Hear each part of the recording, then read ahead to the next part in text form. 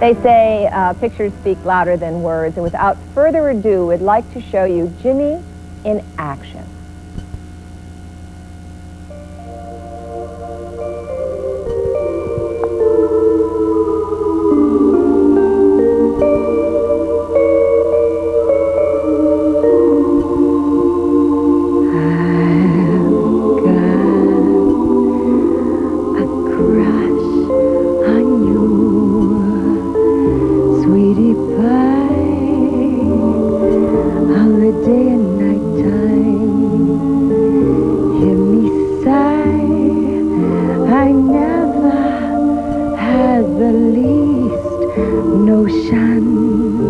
That I could fall with such emotion. Could you care for a cunning cottage?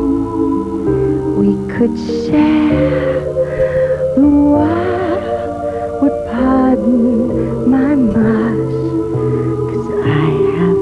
Gotta crush my baby on you.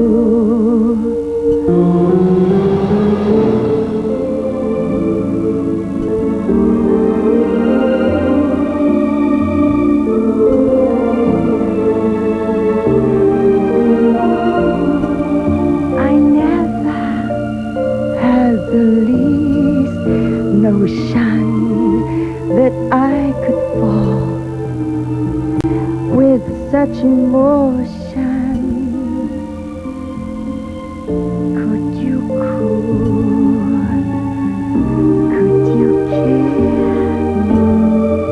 for a cunning cottage? We could share the water would pardon my mush. 'Cause I have gotta crush my baby on you.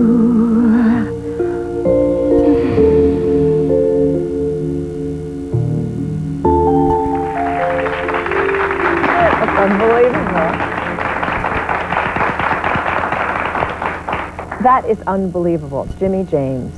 How you doing? I'm great. Actually, I'm not doing so well. When I came over this morning, my dressing room is upstairs, and people kept filtering up to me and saying, "Where do you see him?" And I took one look down from the balcony. I said, "I'm not coming out. You know, get another pair of false eyelashes." How long does it take you to get into that makeup? If it's all laid out ready for me, it takes an hour. Solid hour. A solid hour. Now, how long did it take you to develop the character? You have the moves. You have everything down. Yeah, I approached this character from an actor's point of view. In other words, I didn't know anything about female impersonation per se. All I knew is that I had studied acting, and I'm from Texas, so I studied in Texas, and I was in the middle of studying theatrical makeup, and that was just part of the studies of acting, is studying theatrical makeup. So I was in the middle of that when I came across a picture of Marilyn in Life Goes to the Movies. This was back in 1979. I wasn't quite sure who she was. So I got curious because at the time, all that struck me was that there was a similarity in bone structure.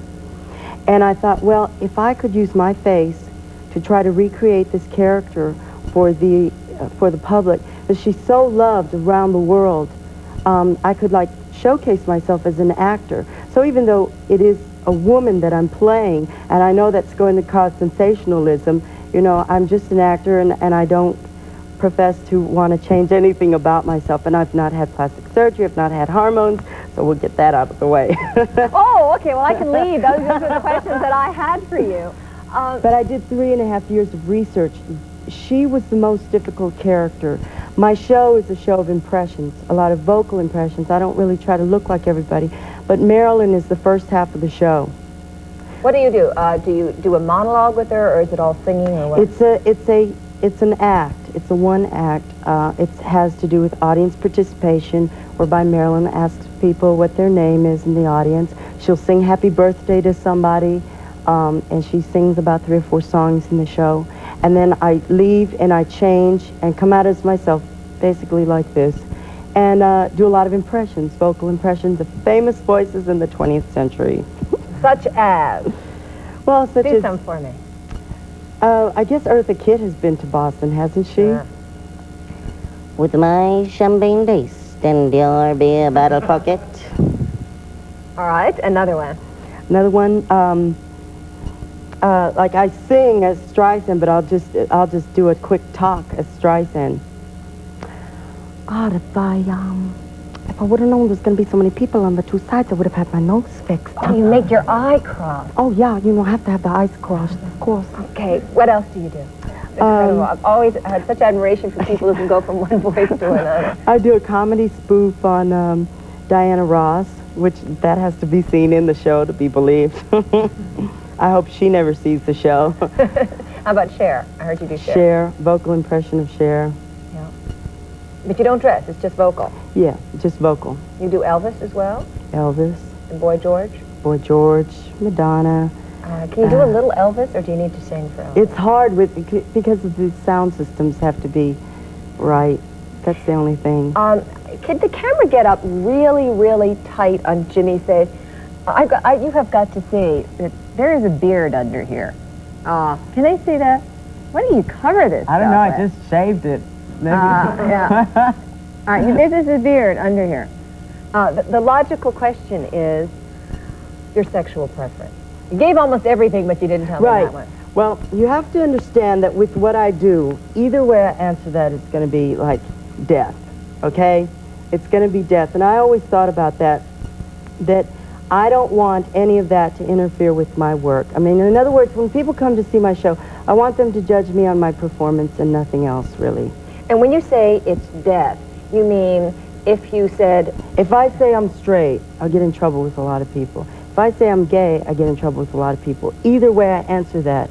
So I think, and it's the truth, you know, and I have to worry about a career, you know. If you want to come down to the bottom line, you have to worry about a career. So either answer for that. People will come to see the straight man who wears a dress or the gay man who wears a dress.